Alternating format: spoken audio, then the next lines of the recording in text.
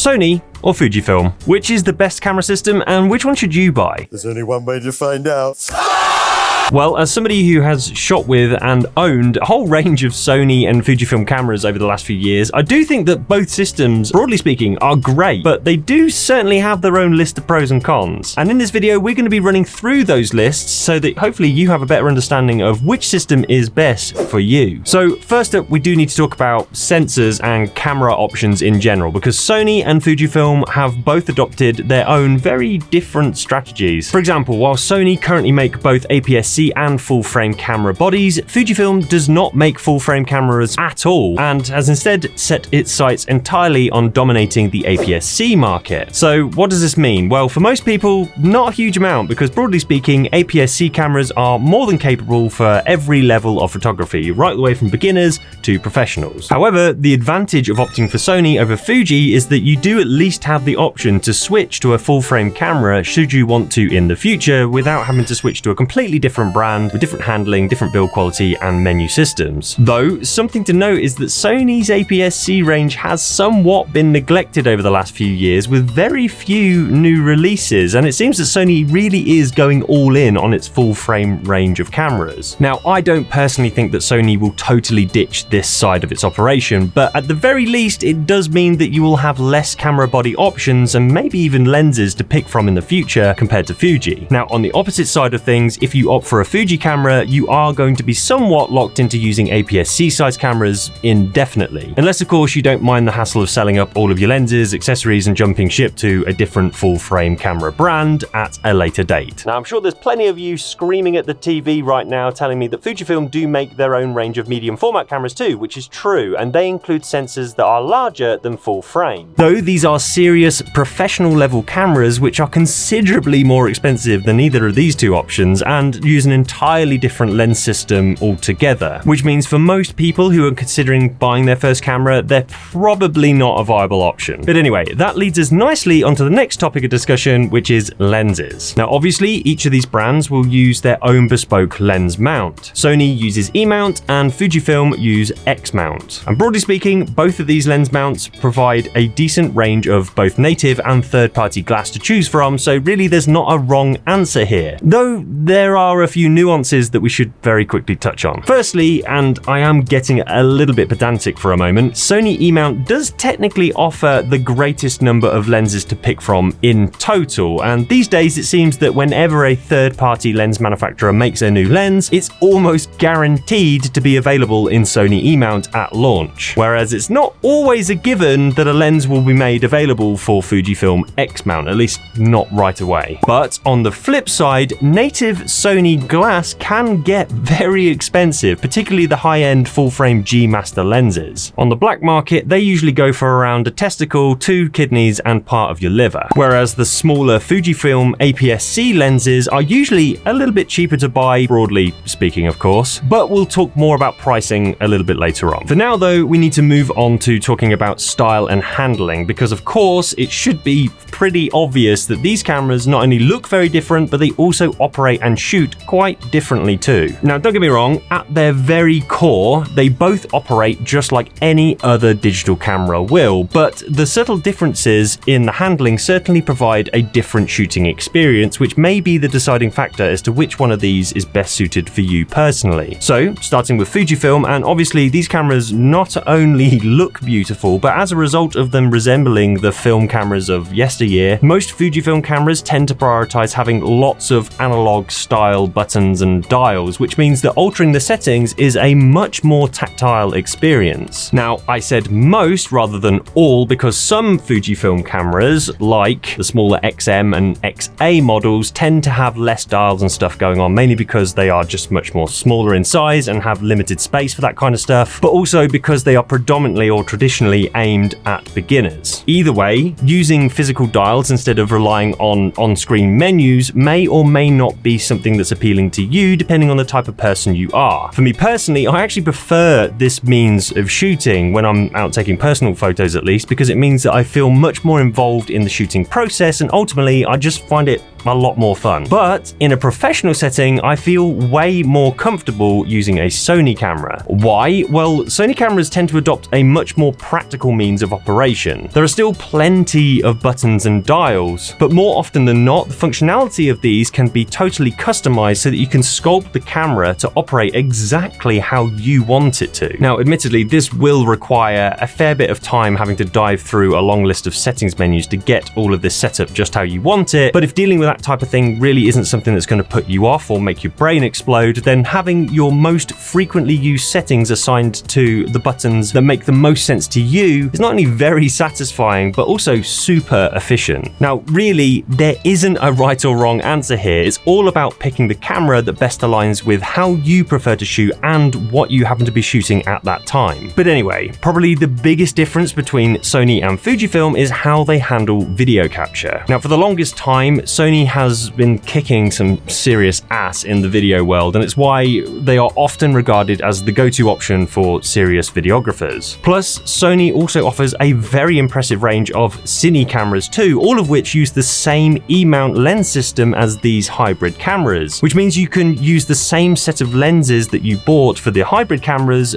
across your cine cameras, which just makes it way more flexible. Now, whilst once upon a time Fujifilm cameras were unapologetically photography first cameras, a lot of things have changed since then, and the company is very quickly becoming capable in terms of video capture too. For instance, the recently released XM5, which I've reviewed recently on this channel, offers a ton of high-end video features in a relatively small pocket-ish sized package, all for under $800, which is insanely impressive. And if you asked me a few years ago which of these camera systems would I go for as a videographer, the answer would have almost certainly been Sony, but these days it's a little bit tougher to call. Okay, who are we kidding? The answer is still probably going to be Sony. They're still quite a way ahead in terms of video specs and autofocus, but for hybrid shooters who mainly shoot stills but occasionally need to capture high quality video too, then the decision is certainly getting a lot tougher. Anyway, speaking of autofocus, this is another topic that tends to create a bit of a divide between Sony and Fujifilm. Now, I do need to preface this whole section of the video by stating that I am going to be making some pretty sweeping generalizations here, which is kind of unavoidable when we're talking about two camera systems that have been releasing mirrorless cameras for the best part of, well,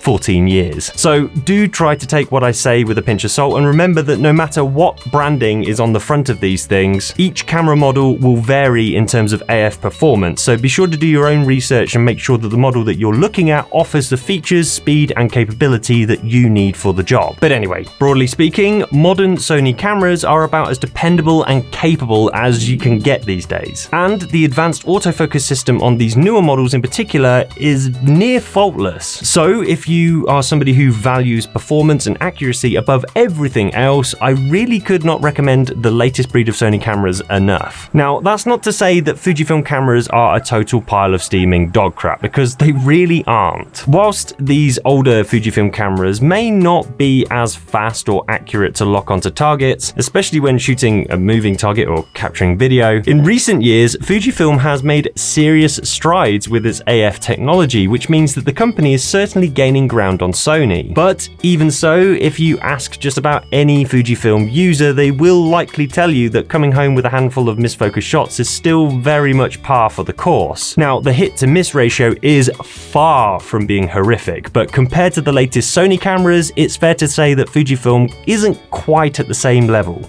Yet. But what does this mean for amateur and casual shooters? Well, honestly, this might not make a whole world of difference at all. For static shots and just casual candid snapping, either system will be more than capable of bagging you some lovely crisp shots. But what about the photography side of these things? Which of these camera systems is going to deliver the best quality photos? Well, that is very much a hotly debated topic online, and is quite frankly a war that I would not pick a side on. Personally, I have never had any complaints about the image quality when using either of these camera systems, old or new. They are both more than capable of delivering the goods when it comes to stills photography, and I mean, if they weren't, we probably wouldn't be having this discussion in the first place, right? A lot of the time, which of these systems you think is the best will boil down to your own personal preference. So I don't think it's really down to me as an individual to provide a ruling verdict. However, there are certainly a few things to consider that might sway your opinion. Firstly, if you opt for a full-frame Sony camera, then you will gain some slight advantages over the smaller APS-C Fujifilm cameras. Now, this includes things like better low-light performance, and you'll also be able to achieve a shallower depth of field, or a thicker background blur effect, particularly when shooting wide open with fast prime lenses. And for some genres, like portraiture, this can be a highly sought-after result, as it's a look that's synonymous with professional photography. Now, that's not to say that you won't ever be able to get a nice blurry background with an APS-C camera, because you absolutely can. It's just that it's much easier to achieve this look with full frame because, you know, physics. Anyway, the other thing to consider is the age of the camera that you're buying, particularly when it comes to Sony cameras. Now, Sony's color science has come on a long way over the last 15 years or so that they've been making mirrorless cameras, and most of the releases of the last 5 years produce very nice looking colors straight out of the camera. However, I've found that some older cameras tend to produce images with a slightly weird greenish tint to them, which makes skin tones look a little bit odd. Now, if you're shooting in RAW and you know how to correct for this, it's honestly really not a big deal in my opinion. But if you're someone who wants a camera that produces images that require less post-production work, then you really can't go all that wrong with a Fujifilm camera. Even the oldest models, like this thing, which is pretty old now, are well known for producing very nice natural colors despite being, you know, almost 10 years old now. Now, staying on the topic of reducing post-processing work, Fujifilm cameras also benefit from having film simulation modes. Now, if you don't know what these are, they basically allow you to capture beautiful looking JPEG images straight out of the camera, which have an almost film-like quality to them. These modes can be fine-tuned in the camera so that you can create your own personal looks, and there's even a thriving online community where photographers share their own latest film recipes so that you can try them out for yourself. Now, this is not only great for beginners who are maybe still getting to grips with using a camera but still want to end up with good-looking results, but also I personally really enjoy using these modes when I just want to go out and enjoy the experience of taking photos and don't really want the hassle and stress of having all that editing work afterwards. Plus, you can also capture RAW files alongside those JPEGs so that if you want to edit some of those shots that you've captured with greater flexibility at a later date, you can obviously do that. Now, in the spirit of fairness, I should also mention that you can actually achieve very similar film-like results using picture profiles on most Sony cameras. But in my opinion, this process isn't nearly as intuitive, and the community surrounding it is still very much up and coming. But I have seen photographers capturing some great results using these custom profiles, so it's certainly an option. Now, before we wrap this video up, we also need to quickly touch on price, but this is obviously a bit of a tough one because both of these companies offer such a wide variety of cameras at different varying price points, so I really can't categorically say which of these brands is the most affordable or the most expensive. Though, one thing I will say is that since there has been so much hype surrounding Fujifilm cameras online over the last couple of years, these things tend to be much more highly sought after and therefore can make them a little bit harder to get hold of. This demand has also caused the price of used Fuji cameras to increase too, and even the oldest models are now relatively expensive for what they are. Whereas on the other hand, some older Sony cameras that are obviously less desirable can be bought for insanely low prices in comparison, some of which I've managed to buy myself for less than $150. Sure, they may not be the fastest or best looking cameras in the world, but for beginners shopping on a very tight budget, they are more than enough to get you started out in the world of photography. It's okay, Rocky.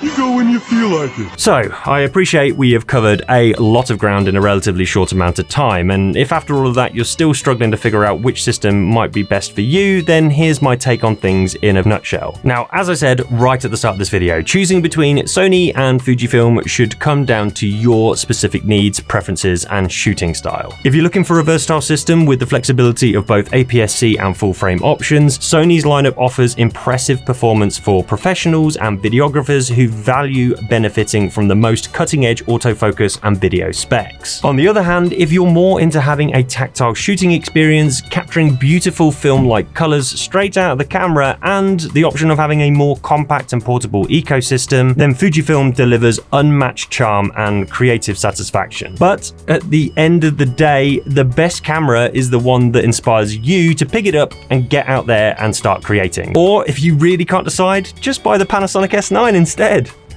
What? Everyone loves this camera, right?